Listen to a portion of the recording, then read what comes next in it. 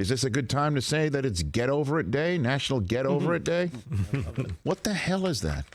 You know, on these calendars, there's also every day is like a day of something. And I noticed that today was National Get Over It Day. Okay. So do you have a top 5 list that we can get to before Matthew Reese joins us here? I absolutely do. There's just, 5 things that...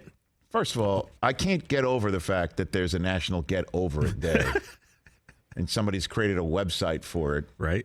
And now people are Instagramming it out, so you have your top 5 list of things that you need to get over, you should get over, you've gotten over. How are you constructing this? Well, it's it's not a grab bag or anything, DJ Mikey D, so we don't need that music. Okay. But it's just there's a lot of stuff I think that we all have that we hang on to, okay. and it just kind of hangs on us like a weighted blanket. And I just picked 5 things that do that to me, and I just realized that on National Get Over It Day, I just got to do my best to get over it. Okay, so go for it. What do you got? All right, well, coming in at number 5, you guys aren't wrestling fans, and I am, and I know we got wrestling fans out there. I got to get over the fact that Asuka tapped out to Charlotte Flair at WrestleMania 34. It was like 6 years ago, and I still can't. WrestleMania 34, that sounds like a long it was a long time ago. Okay. We're up to 39 now, so, it was 5 years ago. I just can't get over the fact that they would build up a monster, just an undefeated star, just to have her tap out. These are good, by the way. I know I got to get over it. It's going to be hard. Eventually I will. Coming at number 4, 2006 National League Championship Series. The Mets against the Cardinals. For years and years and years, I've been upset at Carlos Beltran. Years ago. Yeah, I've been upset about him not swinging that bat, but I went back and rewatched it. Adam Wainwright threw one of the nastiest curveballs that God ever made. And Beltran was on such fire that playoffs. I think I got to just get over the fact he didn't swing the bat because that pitch was so dirty. I got to get over it. Number 3, I think we all can relate to this. I don't care, fellas, if I'm on an airplane, a train, a Greyhound bus, I'm in the back of a Subaru. I just have to get over the fact that the person in front of me is going to recline their seat back as far as they can, even if no other person on that form of transportation moves their chair. I just have to get over the fact that it's going to happen to me because it happens to me all the time, no matter what. I'm still going to be mad, but I figure if I tell myself to get over it, Rich, I'll be less mad when it happens. Number 2, the Sixers choking on draft day. Now, I could do an hour on this. Well, we put up the picture of Allen Iverson. We actually got that right. But the Sixers have made some horrible, horrible, horrible draft day moves in not drafting Brad Daugherty, trading Moses Malone. And then we also have, guys, Tatum. Ben Simmons in 16. That was bad. Markelle Fultz when Jason Tatum was there. There's the name. I've heard that name. That's a 20-year mistake. You'll never get over that. Mikal Bridges. He was a guy who was right there. He was in Philly.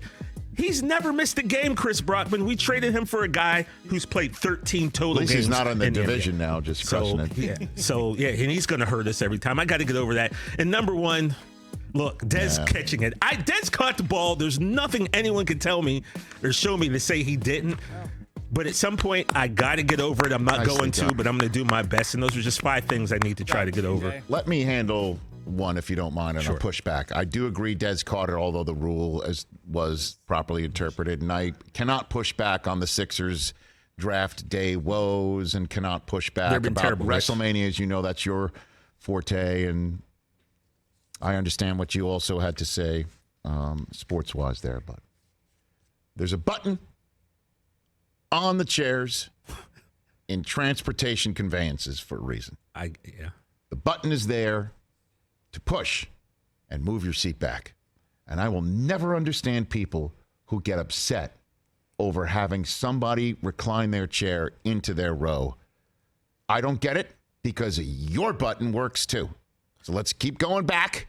Until the person in the back row where me and Brockman had to sit once can't recline?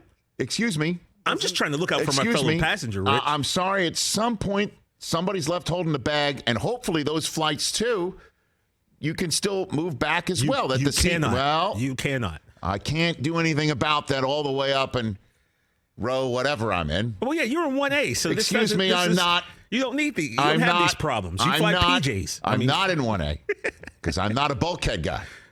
Okay, and I understand. 1C. I understand. I'm talking about this from a certain altitude, and I'm not talking about the height. I get it. I understand. But there's a button. I'm just saying. On the chair for a reason. But it stinks. The person in front of me is 5'2" and 105 pounds, and they're going to recline. I'm 6'3", 260. And you got a 200-pound person just going to test the limits of the recline? Nah, man, that's messed up to me. The problem is someone 6'3", 260 reclining into my space. And I don't do that because I try to be a good human being. You don't recline? I trip. I don't get up on plane. Me. I don't get up and I don't recline. No. You never recline on a plane. Well, you can't say never, but like I very rarely recline. Never say never. I never recline. Get out of here. And I'm not a Get out of here. I'm telling you, man. Get out of here. I'm the only honest one here. I recline every time. I always recline. I always get the big seat anyway because I need big room. So then hit the button. Mikey's in first class too. I go up front. I need room. I can't sit in those. I'm being dead honest with you. I don't. I can't. I might recline very so slightly. Oh, big guy. Okay. But I make sure that I'm not like. If I saw TJ sitting behind me, I would not recline. That's out of courtesy. You're lying. What a liar. And you know what? You're lying. You know what, Mike? You know what I can't get over? And then we'll bring out Matthew Reese. What I can't get over is somebody behind me using the back of my chair to get up from there. See, that sucks. That's bad. Can't do that either. The armrests, where there are buttons to use to recline. Well, they probably would if you weren't reclined so far back into the lap. Use your traps. Yourself up. Use your traps and your tries and get up that way. Oh, yeah, you don't grab. That's. Well, Mike, they do that because he's in their lap. I'm sitting there. I'm not in your space, really. I'll do that. I might not even have reclined yet. You recline. You're using my space. Also, shut your window shade. Oh my God. Look at us. Just now we're not gonna be able to. I know Matthew Reese is going to agree with me. He don't want nobody reclining into him. How could you? National Get Over It Day. I'm never going to get over any of those things. Really working right now. Catch the Rich Eisen Show every single day on the Roku channel, 12 to 3 Eastern, for free.